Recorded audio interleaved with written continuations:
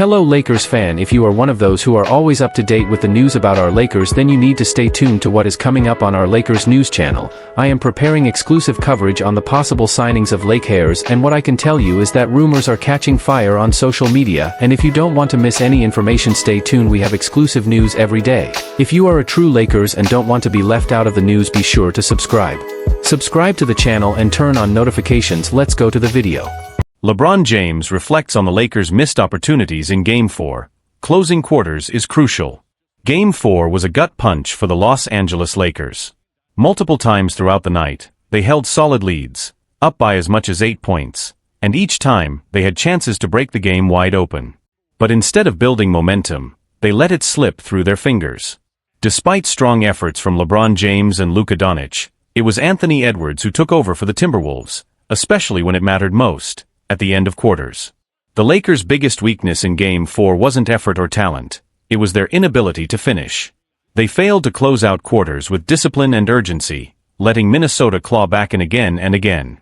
And in the fourth, the Wolves capitalized, taking the lead and eventually the win, putting the Lakers in a 3-1 hole and on the brink of elimination. After the game, LeBron James didn't sugarcoat the problem. Speaking with Spectrum Sportsnet, he acknowledged just how costly those lapses were. It was crucial, James said. In a playoff game, closing quarters is everything. And we didn't do it in the first, the second, or the fourth. We did a decent job in the third, but we let them hang around too many times. It's definitely been a challenge for us. Letting control slip away. Every time the Lakers seemed ready to take control, every time they had a chance to step on the gas, they stalled.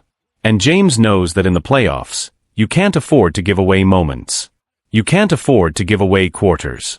It felt like we were about to separate, and then we just didn't, James reflected. In the playoffs, that's how you lose games. And that's how you lose series. It wasn't just missed shots or defensive lapses, it was a pattern of letting the Timberwolves steal back momentum when the Lakers needed to close the door. Those missed chances have become a recurring issue, and if the Lakers want any hope of turning the series around, that's the first thing they need to fix. Now it's win or go home, and LeBron's been here before. Down 3-1, the Lakers face a steep climb. They'll need 3 straight wins to advance, a feat few teams have pulled off. But if there's anyone in the NBA who knows how to lead a comeback from that exact position, it's LeBron James. And he isn't backing down. You take it one game at a time, James said. That's all that matters right now. We can't win 3 games in one night. It starts with Game 5. We've got to lock in and treat it like it's our last, because it might be. LeBron's mindset is clear, no panic, just purpose. He's been through these wars before, and he understands that the path to survival starts with laser focus, not on the next round, not on history, but on the next possession. A chance to respond. Game 5 won't just test the Lakers' skill, it'll test their character. Can they execute when it counts? Can they stop the bleeding at the end of quarters? Can they match the Timberwolves' energy and intensity for a full 48 minutes? If they don't, the season ends on their home floor. But if they do, if they clean up the details, stay locked in, and follow the lead of a veteran who's been here before, the story isn't over yet. As LeBron reminded his team, as long as there's a game to play, we've still got a chance. Pressure mounts as Game 5 becomes the defining moment of the season. As the Lakers prepare for Game 5 at Crypto.com Arena, the mood surrounding the team is one of urgency, tinged with uncertainty. The margin for error is gone. Every possession matters. Every rotation, every defensive switch, every late quarter shot could decide whether the Lakers extend their season or watch it end.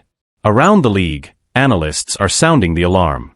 On Inside the NBA, Charles Barkley didn't mince words. The Lakers can't keep letting teams hang around. You've got to stomp on the gas when you've got the chance. Minnesota's too talented to keep giving life to. Shaquille O'Neal added that LeBron has to set the tone early, and can't afford to wait for others to find their rhythm. This is the moment where legends dig deep, he said. If the rest of the team sees Bron going full throttle, they'll follow. Concerns about fatigue and chemistry. Behind the scenes, questions are also growing about whether the Lakers have the right on-court chemistry to pull off a comeback. While LeBron and Doncic have shown flashes of brilliance together, the team has struggled with consistency and late-game execution. There's also concern about player fatigue. LeBron, now in his 21st season, has logged heavy minutes throughout the playoffs. While his leadership remains unquestioned, the physical toll is real, and the Lakers may need others to step up in ways they haven't yet. Anthony Davis, in particular, has drawn criticism for his passive stretches during key moments of the series. If the Lakers are to claw their way back, Davis will need to assert himself more aggressively, both as a scorer and a defensive anchor. Timberwolves stay locked in, sensing blood in the water. Meanwhile, Minnesota isn't letting up. Led by the explosive Anthony Edwards, the Timberwolves have played with a chip on their shoulder and a sense of cohesion that's been missing from the Lakers' side. "We're not satisfied," Edwards told reporters. "We came here to win. We know the Lakers are going to fight, but so are we. We want to close this thing out." The Wolves are playing loose, confident basketball, disrupting passing lanes, controlling the boards, and executing in crunch time. For every slip the Lakers have made, Minnesota has been there to capitalize. A legacy moment for LeBron. For LeBron James, this series could become another defining chapter in a career already filled with historic moments. Coming back from 3-1 isn't new territory for him, it's just rare. He did it famously in the 2016 NBA Finals. But this time, the stakes are different. The expectations are different. And the team around him is younger, more inconsistent, and still trying to forge its identity. Still, James remains composed. No panic. Just purpose. "I've seen it all," he said calmly. "This is just another challenge. And I love a good challenge." Whether he adds another epic comeback to his resume or this becomes a painful end to a hard-fought season, Game 5 will speak volumes about this team's heart, and about how much fight the Lakers have left. The city holds its breath. As tip-off approaches, Los Angeles is watching. Fans are hoping for one more LeBron masterpiece, one more show of resilience, one more reason to believe. Because if the Lakers can get this win, momentum shifts. Doubt creeps in for Minnesota. And the series, once seemingly over, is suddenly alive. But it all starts with Game 5. One game. One chance. One team trying to survive. Shaquille O'Neal named general manager of men's basketball at Sacramento State. Shaquille O'Neal is a man of many titles: NBA Hall of Famer, television personality, entrepreneur, and now, general manager of men's basketball at Sacramento State University. Despite already juggling a packed schedule, the Lakers legend is stepping into yet another impactful role, this time, at the collegiate level. Shaq's post-retirement resume is nothing short of extraordinary. He's the face of countless brands, from the General to Icy Hot, sits on the board at Papa John's, and leads Reebok's basketball division. And of course, fans know him best for his unfiltered and hilarious takes on Inside the NBA, the award-winning studio show beloved by basketball fans worldwide. But behind all the laughs and endorsements is someone deeply committed to growth, leadership, and mentorship, and that's what this new chapter is all about. Why Sacramento State? Family, legacy, and a new challenge. Shaq's decision to join Sacramento State isn't just business, it's personal. His son, Shaquille O'Neal, currently plays for the Hornets. And standing courtside as head coach is none other than Mike Bibby, the former Sacramento Kings star who once went head-to-head with Shaq during the fierce Lakers-Kings rivalry of the early 2000s. Now, two former competitors are teaming up to rebuild a struggling program. Sacramento State has just one winning season in its history and is coming off a disappointing 7-win campaign. But with Shaq's larger-than-life presence and Bibby's basketball mind, there's real hope for a turnaround. It's full circle, one fan posted on X, formerly Twitter. Shaq and Bibby going from playoff rivals to rebuilding a college program together? That's basketball poetry. Shaq isn't just lending his name, he's committed. Some might assume this is just another flashy title for the big Aristotle, but those who know Shaq understand this isn't how he operates. Whether in business or basketball, Shaq shows up. He invests with intention. He leads with heart. And when it comes to mentoring young athletes, he's all in. Shaq doesn't do things halfway, a source close to the program shared. If he's stepping into this role, it's because he truly believes he can help build something special here, not just for his son, but for the future of the program. A softer side to a fierce competitor.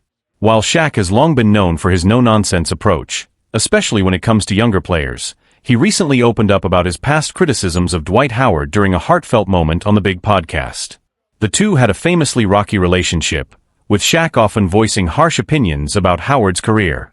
But in a surprising twist, Shaq revealed that his intensity came from a place of belief, not bitterness. "I wanted him to hate me," Shaq admitted, "because I knew that fire would push him to a level he hadn't reached yet. It wasn't about disrespect. It was about wanting more for him than he maybe even wanted for himself."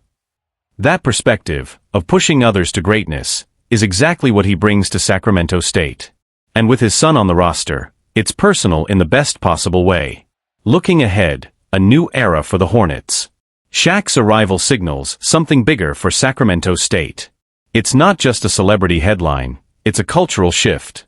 A commitment to winning. A commitment to accountability. And a commitment to giving young players the tools, resources, and mindset they need to succeed, on and off the court. With Shaq and Bibby leading the way, the Hornets are no longer flying under the radar. They're building something. And the basketball world is watching. Shaquille O'Neal joined Sacramento State as men's basketball general manager. In a move that has captured national attention, NBA Hall of Famer Shaquille O'Neal has been appointed as the general manager of the Sacramento State men's basketball program. This strategic decision aligns with the university's ambitious plans to elevate its athletic profile and build a competitive team. A personal commitment to excellence. O'Neal's appointment is deeply personal, as his son, Shaq O'Neal, is a current player on the team. This father-son connection adds a unique dimension to O'Neal's involvement, signaling a long-term commitment to the program's success. His extensive experience in professional basketball, combined with his business acumen, positions him to make a significant impact on the team's development. Collaborating with Coach Mike Bibby. The partnership between O'Neal and head coach Mike Bibby, both former NBA stars, brings a wealth of knowledge and leadership to Sacramento State. Their shared vision for the team is expected to foster a culture of discipline, teamwork, and excellence. Together, they aim to transform the Hornets into a formidable force in collegiate basketball. Strategic goals for the program. O'Neal's role encompasses several key areas. Los Angeles Times. +20. AP News. +20. Hornetsports.com. +20. Recruitment and player development, attracting top talent and nurturing their growth both on and off the court. Name, image, and likeness, nil opportunities, leveraging his industry connections to provide players with valuable branding and endorsement deals. Brand marketing, enhancing the visibility and reputation of the Sacramento State basketball program. These initiatives are designed to create a sustainable and competitive environment for the team. Community engagement and legacy. O'Neal's involvement extends beyond basketball. His commitment to community engagement and mentorship reflects a desire to leave a lasting legacy. By investing in the development of young athletes, he aims to inspire the next generation of leaders both in sports and in life. ESPN. +4. Reuters. +4. ESPN.com. +4. Looking ahead. With O'Neal at the helm, Sacramento State's men's basketball program is poised for a new era of success. His leadership, combined with the expertise of Coach Bibby, sets the stage for a transformative journey that could redefine the team's future in collegiate basketball. As the program embarks on this exciting chapter, the collaboration between O'Neal and Bibby serves as a testament to the power of mentorship, dedication, and a shared vision for excellence. Luka Doncic shares why he donated to restore a vandalized Kobe Bryant mural. Luka Doncic may be one of the brightest stars in today's NBA, but he's also quickly becoming more than just a basketball player. He's becoming a leader with a deep sense of legacy. As many speculate that Doncic could eventually carry the torch for the Los Angeles Lakers when LeBron James retires, his recent gesture proved that he understands the weight of those who came before him, especially the late, great Kobe Bryant. Bryant isn't just a Lakers icon. He's a global symbol of greatness, determination, and resilience. His tragic passing in 2020, alongside his daughter Gianna, left an enormous void in the basketball world and beyond. Across Los Angeles, and the world, murals have been painted to honor their memory. So when one of those murals was recently defaced, it struck a nerve with fans and players alike. A GoFundMe was launched to restore the damaged tribute. And the most generous donor? Luka Doncic himself, who quietly contributed $5,000. When asked after Tuesday's Lakers practice why he stepped up, Doncic offered a heartfelt explanation. "As I always say, "My foundation focuses on giving back to the community," he said. "This city has given me so much already. Giving back is just something that feels right. It's the least I could do." Kobe's impact on Luka runs deep. Doncic has spoken before about how much Kobe meant to him, not just as a player, but as a role model. He shared how he wished Kobe were still here to witness his journey and be part of the Lakers family with him. Like so many around the world, Luka grew up idolizing Bryant, trying to emulate his mindset and passion. These murals, while they may seem like just art on a wall, represent something far more powerful: remembrance, inspiration, and love. To see one defaced with vulgar graffiti was painful, not just to fans, but to players who carry Kobe's legacy with them every day. Luka's decision to help restore it wasn't just generous, it was personal. A quiet act, loud with meaning. In the midst of playoff pressure and a high-stakes series against the Minnesota Timberwolves, Luka didn't have to do this. But he saw something that was wrong, and made it right. That quiet sense of responsibility? It's exactly what Kobe stood for. And it speaks volumes about who Luka is becoming, not just as a player, but as a man. Doncic keeps focus on playoffs. We're confident ahead of Game 5. While the donation was a powerful off-court moment, Doncic remains locked in on the Lakers' fight for survival. Down 3-1 in the series, the Lakers are facing elimination in Game 5 against a hungry Timberwolves squad. But Doncic isn't backing down from the challenge. Confident, Luka said firmly when asked about the team's mindset going into the must-win matchup. "Confidence is everything in moments like this. We've got to treat it like a Game 7, and stay together no matter what." A gesture that sparked a bigger conversation. Luka Doncic's donation didn't just help repair a mural, it reignited a conversation about respect, legacy, and the responsibility athletes carry off the court. Fans quickly took to social media to express their appreciation for the gesture, with many praising Luka not only for his talent but for his character. "Luka gets it," one fan tweeted. This wasn't about money, it was about honoring Kobe, Gianna, and everything they meant to this city. NBA players and commentators also weighed in. ESPN's Malika Andrews called Doncic's action a beautiful example of how today's stars are carrying forward the values Kobe stood for, while former Lakers great Pau Gasol, a close friend of Bryant, reposted the story with a simple caption, "Thank you, Luka." The mural fund grows beyond expectations. Since Doncic's donation went public, the GoFundMe campaign has seen a surge in support. What started as a modest effort to repair a single mural has turned into a larger movement. Fans are now using the moment to raise funds for the upkeep of Kobe murals across Los Angeles and to support youth basketball programs, something Bryant was deeply passionate about during his life. "It's amazing what one gesture can spark," said the mural's original artist, who was overwhelmed by the response. "I never thought we'd get this much attention or funding, but now we can do even more to keep Kobe and Gianna's memory alive." A reminder of what Kobe meant. Kobe Bryant's impact on the game was always larger than stats and championships. He was about mentality, about doing the right thing when no one's watching, about showing up, and about leaving everything on the court and in life. In many ways, Luka Doncic is beginning to embody that same mindset. His donation wasn't about headlines or PR, it was a quiet act of integrity that reminded fans why they fell in love with the game in the first place. Back to business, Game 5 and a test of leadership. Now, all eyes return to the hardwood. The Lakers' Game 5 clash with the Timberwolves will be a defining moment, not just for the team's playoff hopes, but for Luka Doncic as a leader. With LeBron James nearing the twilight of his career, the spotlight is gradually shifting to Luka, and this series is testing more than just his skill. It's testing his resilience. The Lakers' coaching staff remains optimistic. "Luka sets the tone, and the rest of the team feeds off that," said head coach Darvin Ham. "When he believes, we believe." For Doncic, the path forward is simple: we've got to leave it all out there. There's no tomorrow unless we earn it. A legacy in the making. Moments like these, both on and off the court, are how legacies are built. In honoring Kobe Bryant, Luka Doncic may have taken another step in carving out his own place in NBA history. And as Game 5 looms, Lakers fans know one thing for sure: they've got a fighter in their corner. Austin Reeves on Game 5, the Lakers have to treat every possession like it's the last one.